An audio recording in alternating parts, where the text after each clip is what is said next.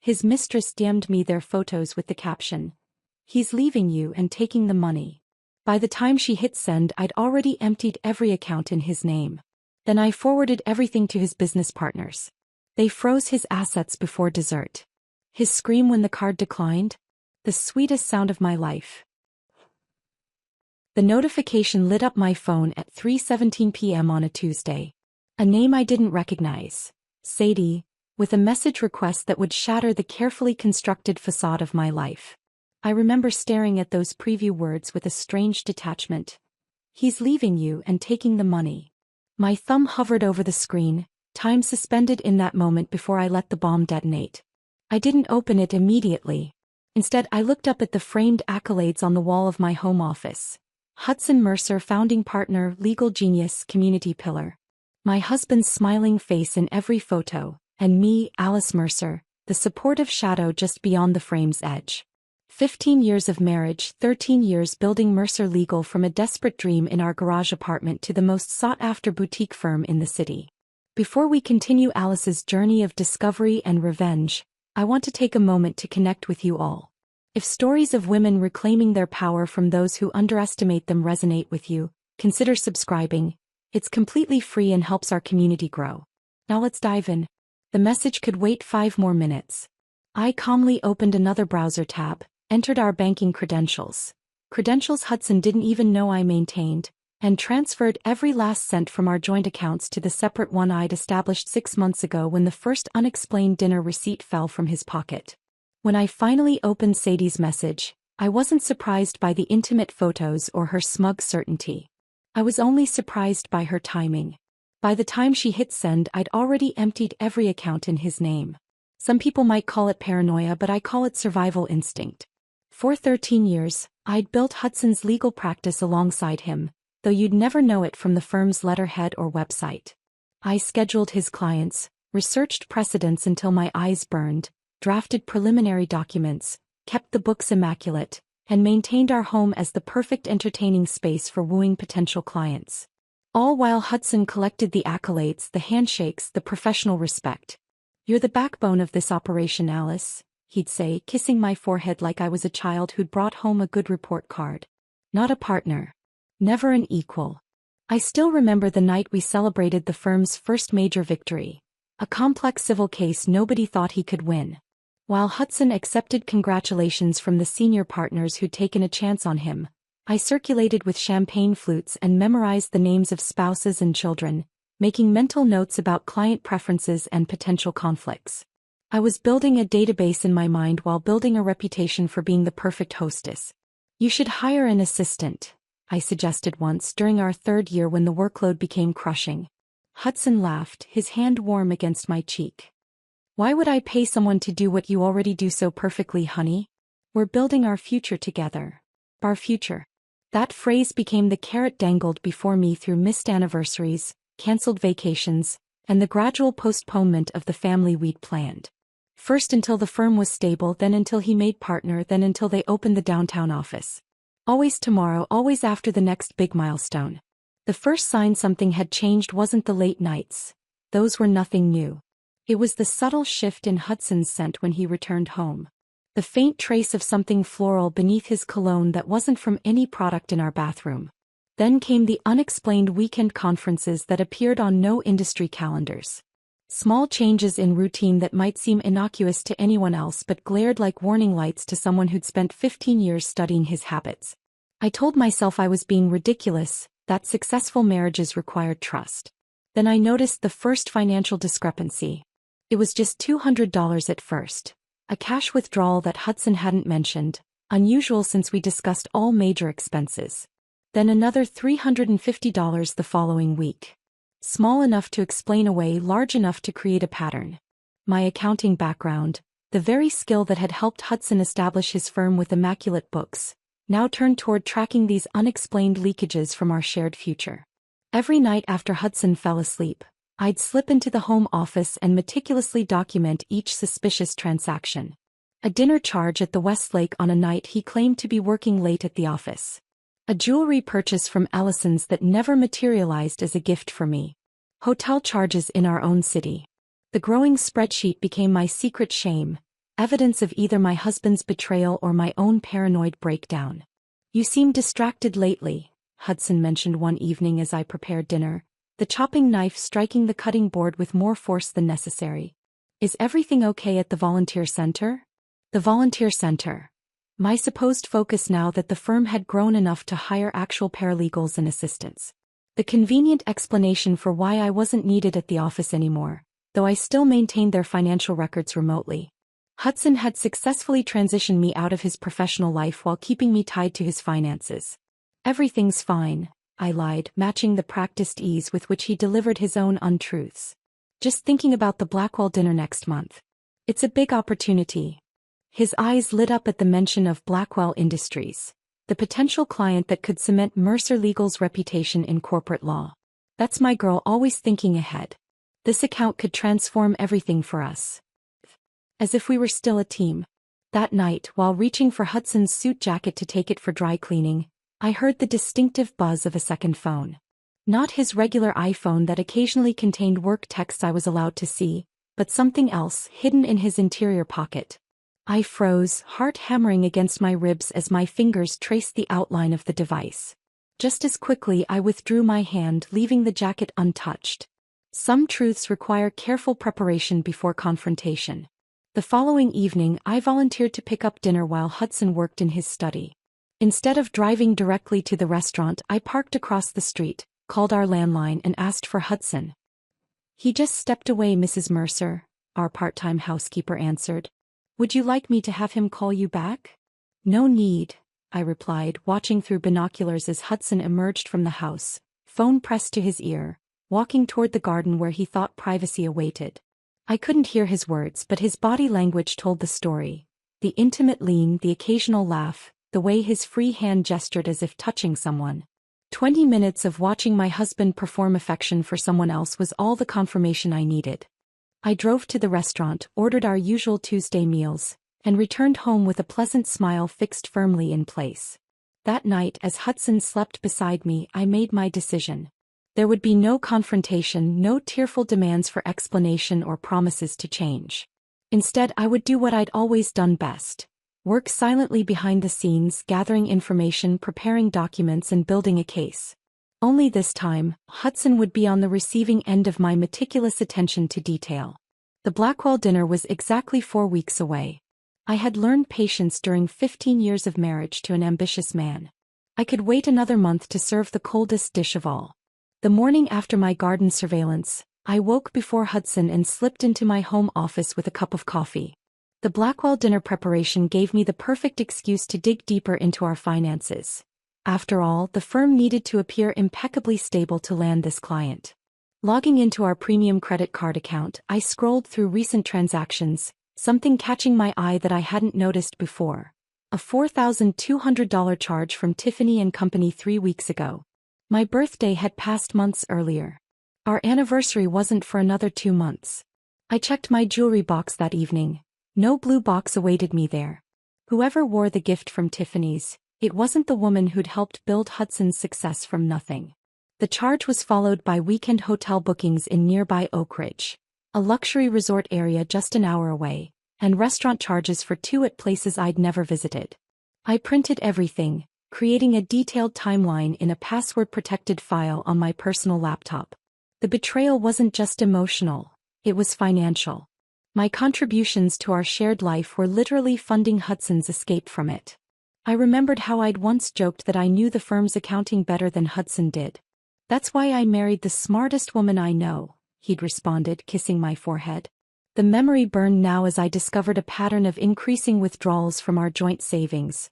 $500 here, $800 there. All in cash that couldn't be easily traced. The following Tuesday, while Hudson attended court, I called in sick to my volunteer position and spent the morning searching our home. Years of organizing Hudson's life had taught me his habits, his hiding places. The locked drawer in his bedside table yielded nothing unusual, just the expected collection of cufflinks and watches I'd given him over the years. The false bottom in his closet shoe rack contained only the predictable passport and birth certificate. I was about to give up when I noticed something odd about his golf bag, untouched since the previous season. Hudson hadn't played in months, claiming work was too demanding. The bag felt heavier than it should. In the side pocket, wrapped in a hand towel from the Oak Ridge Grand Hotel, I found a small leather notebook.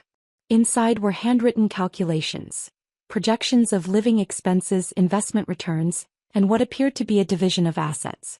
My name appeared nowhere in these careful plans. Instead, there were notes about clean extraction and untraceable funds. Most disturbing was a notation beside several client account numbers: available liquidity before transfer restrictions. My hands trembled as I photographed every page before returning the notebook exactly as I'd found it. He wasn't just planning to leave me, he was planning to steal from his clients. 2 days later, Sadie's message arrived. I'd been preparing a grocery list for the Blackwell dinner when my phone chimed with the notification from an unknown Instagram account. The preview showed just enough to freeze my blood. "He's leaving you and taking the money. Thought you should see what your husband's been up to." After securing our accounts, I finally opened the full message. There were 5 photos. Hudson and a young woman with sleek dark hair, wrapped around each other in various states of undress in what I recognized as the Oak Ridge Grand's premier suite. His expression in each image held something I hadn't seen directed at me in years: pure, unfiltered desire. The woman, Sadie, wore the diamond pendant I'd seen charged to our account.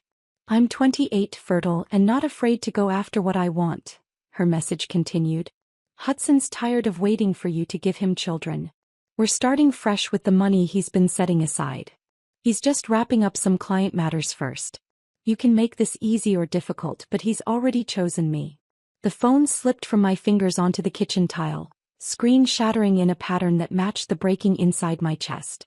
A sound escaped me that I didn't recognize, part sob, part animal keening, as I slid down against the refrigerator to the floor. 13 years of sacrifice, of being the perfect partner, reduced to a disposable obstacle. The betrayal was complete, meticulously planned, and breathtakingly cruel. I allowed myself exactly 10 minutes of breakdown. 10 minutes to feel the full force of the devastation, to let the tears come without restraint. Then I washed my face, made a fresh cup of coffee, and began to think like the strategic partner I'd always been.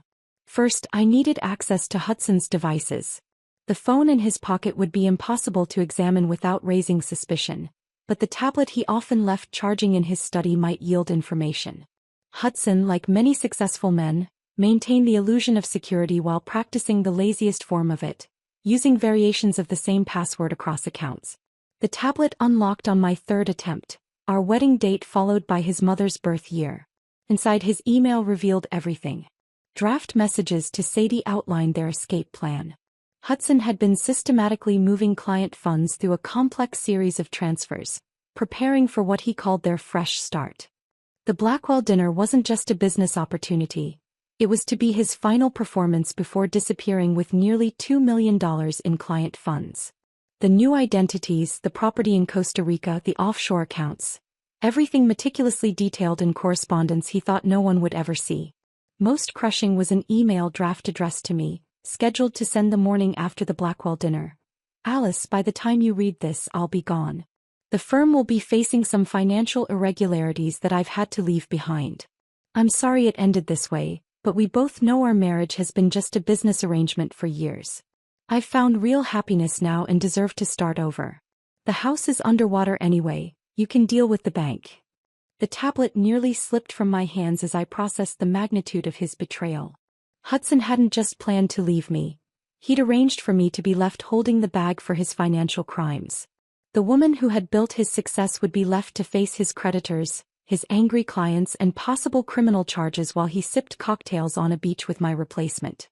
I forwarded everything to my secure email account, careful to delete the sent message and restore the tablet exactly as I'd found it. Then I printed key documents and placed them in a safety deposit box Hudson knew nothing about. The bank manager nodded politely as I completed the paperwork, unaware that I was assembling evidence that would destroy the man whose name I carried. That night, I served Hudson his favorite meal and asked about his day, smiling as he lied about a business meeting I now knew had been a rendezvous with Sadie. As he spoke, I studied his face, the face I'd woken up to for 15 years, and realized I was looking at a stranger. A dangerous stranger who was willing to sacrifice me alongside his professional ethics. "The Blackwell dinner is going to change everything for us," he said, raising his wine glass in a toast. For once Hudson and I were in perfect agreement. The Blackwell dinner is going to change everything for us, Hudson had said. He had no idea how right he was. As I cleared the dinner dishes that night, I reflected on the irony of my situation. Most of Hudson's colleagues had no idea that I held a master's degree in financial accounting or that I'd walked away from a promising career at Deloitte to help build Mercer Legal from scratch. The narrative Hudson presented to the world was simple. He was the brilliant legal mind and I was the supportive wife who organized charity luncheons and remembered everyone's children's names. No one knew that I had personally designed the firm's entire financial system, or that I still remotely monitored all account activity through secure access protocols I'd established years ago. Hudson himself had forgotten that I'd set up the original server passwords and administration rights. When the firm hired their first full-time accountant 3 years back, I'd trained him myself but maintained backdoor access, just in case of emergency. The emergency had arrived in the form of a diamond pendant around Sadie's neck and a Costa Rican escape plan. The following morning I began moving in parallel tracks. On the surface I was the perfect corporate wife preparing for the Blackwell dinner, calling caterers, selecting wine pairings and coordinating with the event planner Hudson had insisted we hire to impress these potential clients. Beneath this flawless exterior, I was meticulously documenting every unauthorized transfer Hudson had made over the past 6 months.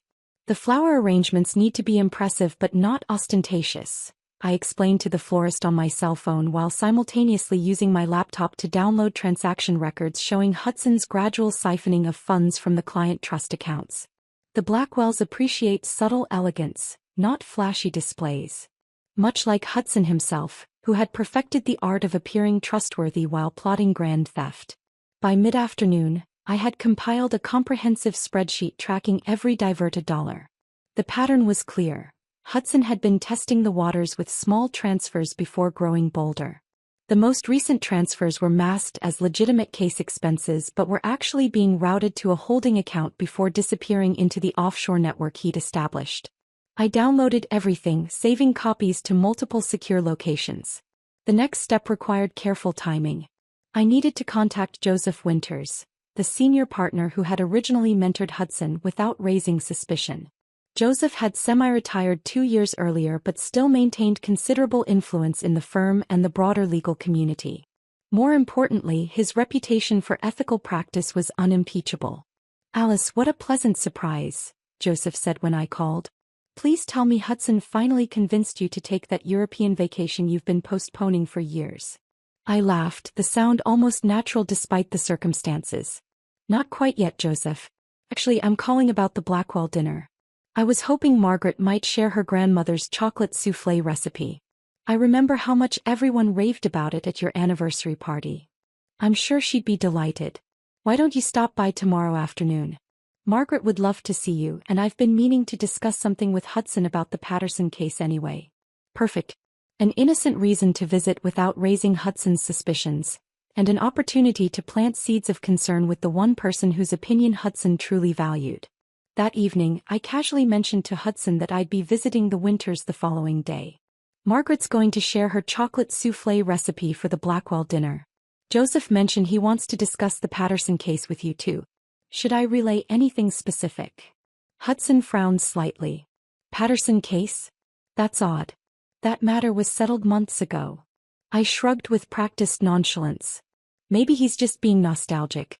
You know how he gets about his old cases now that he's semi-retired." "Probably," Hudson agreed, already distracted by his phone. Likely another message from Sadie. "Tell him I'll call him this weekend." A call that would never happen if my timeline proceeded as planned.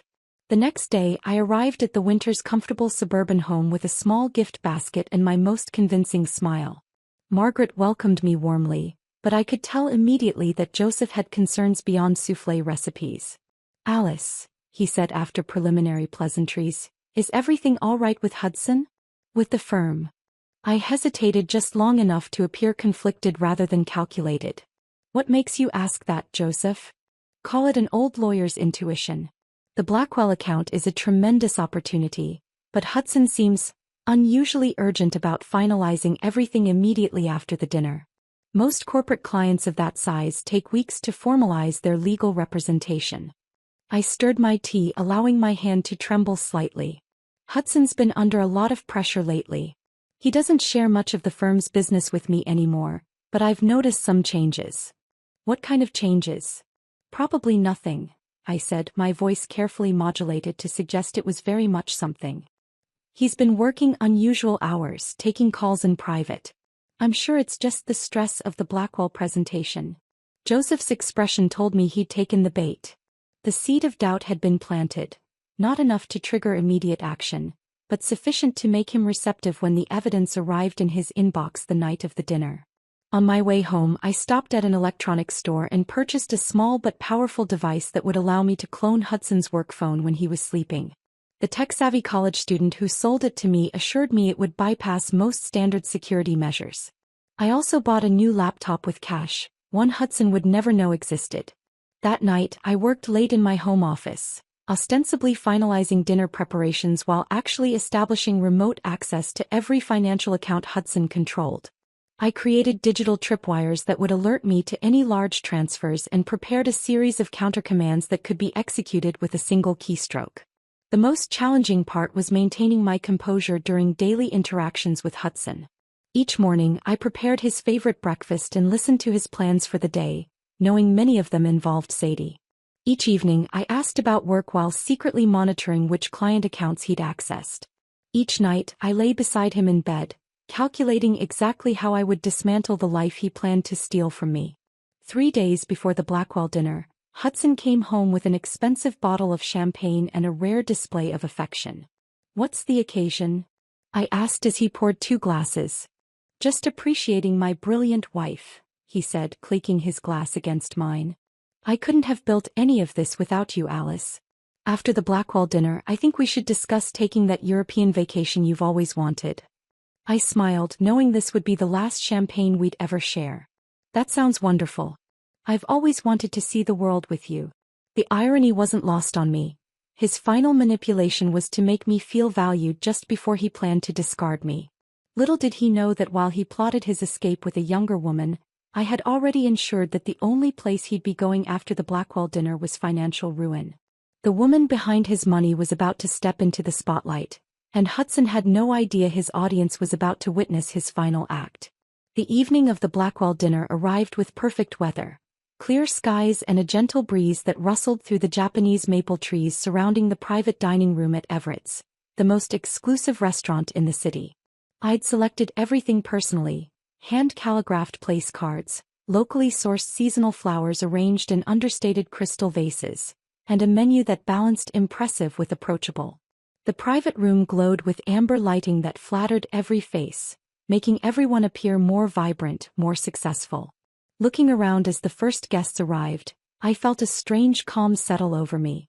This room represented the culmination of 15 years spent creating the perfect backdrop for Hudson's ambitions. Tonight would be my final performance as the devoted corporate wife, and my debut as the architect of his downfall. I wore a classic black dress with a single strand of pearls Hudson had given me on our 10th anniversary. My makeup was flawless, my hair arranged in a sophisticated updo that had taken 40 minutes to perfect. No one looking at me would suspect that beneath my composed exterior lay a tactical command center. My new phone was tucked into an inner pocket of my clutch, programmed with timed commands set to execute throughout the evening. "Alice, you've outdone yourself," remarked Gregory Blackwell as he entered with his wife, Rebecca. The billionaire industrialist looked exactly as his magazine profiles suggested: silver-haired, fitness-obsessed, and perpetually evaluating everyone around him for potential value. "Hudson promised us an exceptional evening, but this is remarkable." "You're too kind," I replied, taking Rebecca's hand warmly.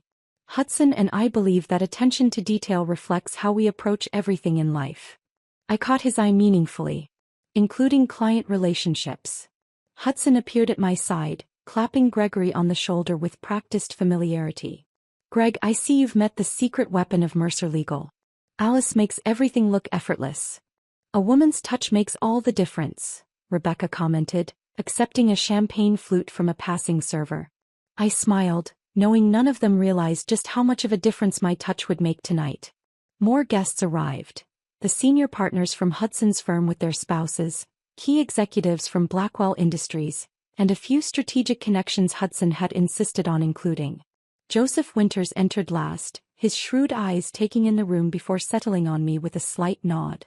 He knew something was coming, he just didn't know what. As cocktail hour progressed, I excused myself to check on dinner arrangements, and slipped into the restaurant's private office that the manager had allowed me to use for last-minute coordination. There, I activated the first phase of my plan. With a few taps on my hidden phone, I initiated transfers canceling Hudson's elaborate network of offshore movements.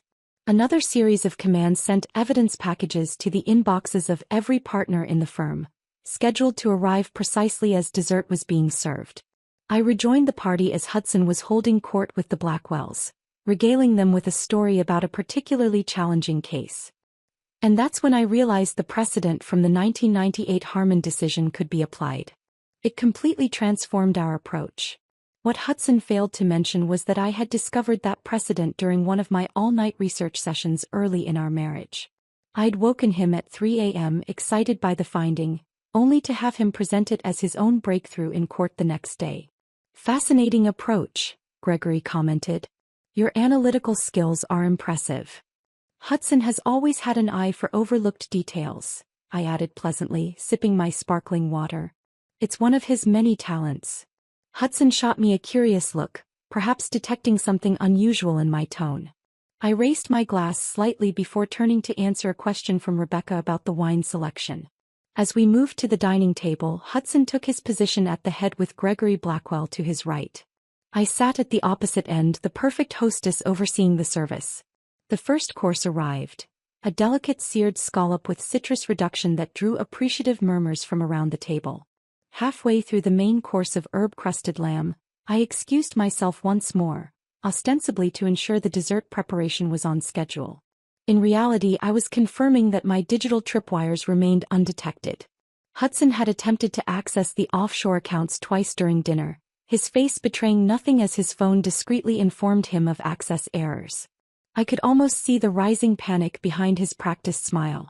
When I returned to the dining room, a commotion at the entrance caught everyone's attention. The maitre d' was attempting to block someone from entering our private space. A woman's voice, insistent, slightly slurred, carried over his polite objections. "I know he's in there. Hudson Mercer. I need to speak with him right now." My heart raced, but my expression remained placid as Sadie pushed past the flustered staff member and stumbled into our carefully orchestrated dinner. She wore the diamond pendant prominently displayed against a dress too revealing for the venue. Her makeup was smudged, her eyes wild with what appeared to be a cocktail of anger and fear. "Hudson," she cried, spotting him. "Why aren't you answering my calls? Something's wrong with the accounts." The room fell silent. Hudson froze, fork suspended midway to his mouth as every head turned from Sadie to him. I could practically hear the professional relationships cracking in the silence. "I'm sorry," Hudson finally managed, standing slowly. "This is a misunderstanding. This woman is. She's a client who's clearly distressed. If you'll excuse me for just a moment." "A client?" Sadie's laugh was harsh. "Is that what we're calling it? Tell them, Hudson. Tell them about Costa Rica and how you promised we'd leave after this dinner." Gregory Blackwell's expression hardened as he carefully placed his napkin beside his plate. "Hudson, what exactly is happening here?" "It's nothing, Greg. A misunderstanding. If you'll excuse me for just a moment to handle this." Hudson grabbed Sadie's arm, pulling her toward the hallway, his face a mask of controlled fury. I timed my next move perfectly, waiting until dessert, Margaret Winter's famous chocolate soufflé, was being served. As the wait staff presented the delicate creations, phones began buzzing around the table. Every partner was simultaneously receiving the evidence of Hudson's systematic theft. Joseph Winters looked at his phone, then at me, his expression grim with confirmation of his suspicions. Hudson returned alone, his complexion ashen, just as Gregory Blackwell was scanning through the documents on his phone.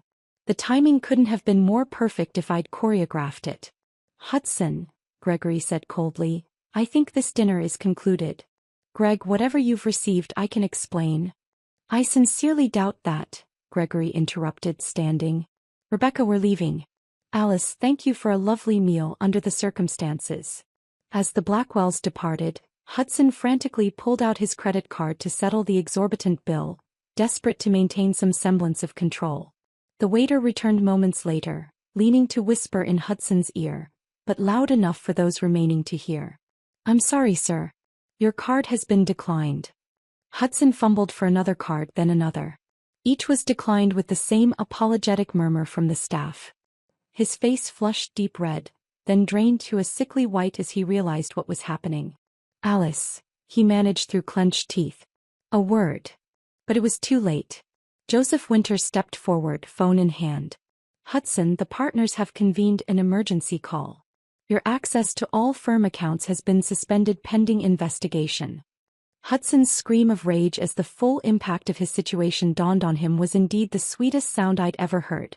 The sound of justice served on a silver platter at the dinner he'd planned as his grand finale. Hudson's rage-filled scream echoed through the now silent private dining room as the remaining partners exchanged uncomfortable glances. He lunged toward me, his composed lawyer facade completely shattered. "What have you done?" he hissed, gripping the edge of the table so hard his knuckles turned white. "You think you're clever? You have no idea what you've just started." "Actually, Hudson," I replied, my voice steady despite my racing heart, "I've just ended what you started." I turned to face the stunned faces around the table. "Gentlemen, I believe you've received some troubling information about the firm's finances. I can answer any questions you might have." Joseph Winters stepped forward, positioning himself slightly between Hudson and me in a protective gesture that brought unexpected tears to my eyes. "Alice," he said gravely, "these documents suggest a systematic theft of client funds over the past 6 months. You compiled this evidence?" "Yes." I opened my clutch and withdrew a small USB drive. "This contains the complete documentation, including recorded transfers, falsified expense reports, and correspondence regarding offshore accounts. I've been managing the firm's financial systems since its founding. When I noticed irregularities, I investigated." The 3 remaining partners huddled together, speaking in hushed tones while Hudson watched with growing panic. I could see the moment when realization dawned on him, how completely his world was collapsing, how thoroughly I had outmaneuvered him. "You can't prove anything," Hudson snarled, regaining some of his legal composure. "Any decent lawyer will tear your amateur investigation apart." Thomas Green, the youngest partner and Hudson's former protégé, looked up from his phone. "The State Bar Association has already been notified, Hudson. And your girlfriend just caused quite a scene in the restaurant lobby before security escorted her out. She was rather explicit about your relationship and plans." Hudson's face contorted with fury. "This is ridiculous. Alice is my wife. She has no authority to access firm accounts or client information. Everything she's done is illegal." I smiled for the first time that evening, no longer needing to maintain my perfect wife facade. "Actually, I've been an authorized administrator on all firm accounts since inception. Check the paperwork, Hudson. You signed it yourself during our first year. You were too busy to bother with administrative details then." The look of dawning horror on his face was almost comical. "You never removed my access," I continued. "And as for authority, I haven't done anything but observe and document. You're the one who stole client funds." The restaurant manager appeared, clearly uncomfortable. "I'm sorry to interrupt, but we need to settle the bill for tonight's event." Joseph Winters wordlessly handed over his credit card, his eyes never leaving Hudson. "I believe we should continue this discussion at the office immediately." As the remaining partners escorted Hudson out, his protests growing increasingly desperate, I remained seated, suddenly exhausted. The adrenaline that had carried me through weeks of planning and this dramatic evening began to ebb, leaving me hollow. "Are you coming, Alice?" Joseph asked gently. "In a moment," I replied. "I need to thank the staff." After the room emptied, I sat alone at the table that had cost more than my first car to reserve, surveying the half-eaten desserts and abandoned wine glasses. The wreckage of dinner mirrored the wreckage of my marriage, beautiful on the surface, destroyed underneath. I followed the partners to the firm 30 minutes later, having composed myself for the final act. The conference room atmosphere was frigid when I arrived. Hudson sat isolated at one end of the table, while the partners and their hastily summoned attorney occupied the other end. "Mrs. Mercer," the firm's attorney began, This is highly irregular, but given the circumstances. It's Miss Callahan, I interrupted, reclaiming my maiden name for the first time in 15 years. And there's nothing irregular about protecting client assets from theft. For the next 2 hours, I methodically walked them through Hudson's elaborate scheme, highlighting how he had planned to disappear with millions in client funds after the Blackwell dinner. With each revelation, Hudson seemed to physically shrink, his bravado replaced by grim resignation. What surprised me most was Margaret Winters arriving halfway through my presentation, followed by Diane Green and Patricia Foster, the wives of the other partners. They slipped into seats along the wall, watching with expressions ranging from shock to something that looked remarkably like admiration. When the initial crisis meeting concluded at nearly 2 a.m., Hudson was escorted from the building by security, his key cards and access revoked. The partners immediately initiated emergency protocols to protect remaining client funds and prepare for the inevitable legal and public relations nightmare. Margaret approached me in the hallway as I gathered my things. "We're having breakfast tomorrow at my house. 9 a.m. You should join us." "I'm not sure that would be appropriate given everything." I gestured vaguely at the chaos around us. "Alice," she said firmly, "for 15 years I've watched you build this firm alongside Joseph. The same goes for Diane and Patricia with their husbands. We know exactly what it means to be the invisible foundation. It's time we talked about it." 9 o'clock. The breakfast meeting proved to be a turning point I never anticipated. Over coffee and scones in Margaret's sunlit kitchen, I found myself surrounded by women who understood exactly what I'd experienced. They shared their own stories of unacknowledged contributions, of expertise dismissed as helping out, of careers sacrificed for their husbands' ambitions. "The difference," Diane pointed out, "is that you kept records and maintained your access." That was brilliant. "Survival instinct," I admitted. I never truly trusted that Hudson saw me as an equal partner. "None of them do," Patricia said quietly. "But that doesn't mean we can't use our skills elsewhere." The conversation that morning planted a seed that would take root over the difficult months that followed. While Hudson faced disbarment proceedings and criminal charges, I navigated my own legal challenges. Our divorce was expedited given the circumstances, and I declined alimony in exchange for keeping our home and my restored maiden name. The criminal investigation revealed that Hudson had been more desperate than calculated. He'd accumulated gambling debts alongside funding his affair with Sadie, who quickly disappeared from his life when the money dried up. The man I'd thought I knew had been unraveling for longer than I realized, his perfect facade hiding multiple destructive secrets. 6 months after the Blackwell dinner, I sat across from a commercial real estate agent, signing a lease for a modest office space downtown. Callahan Financial Forensics would specialize in detecting fraud and financial mismanagement for law firms and small businesses. My first 3 clients were already lined up, arranged through a discreet referral network that Margaret, Diane, and Patricia had helped establish among their considerable social connections. On opening day, a stunning flower arrangement arrived from Joseph Winters with a note that simply read, "Credit finally where credit is due." As I arranged my new business cards on my desk, Alice Callahan, I thought about the woman I'd been a year ago, invisibly managing Hudson's world while he planned my disposal. The journey from there to here had been painful, but as I looked around at the office that bore my name, I finally felt the sweet satisfaction of reclaiming my worth. No longer the silent partner, I had found my voice, and discovered it was worth listening to after all.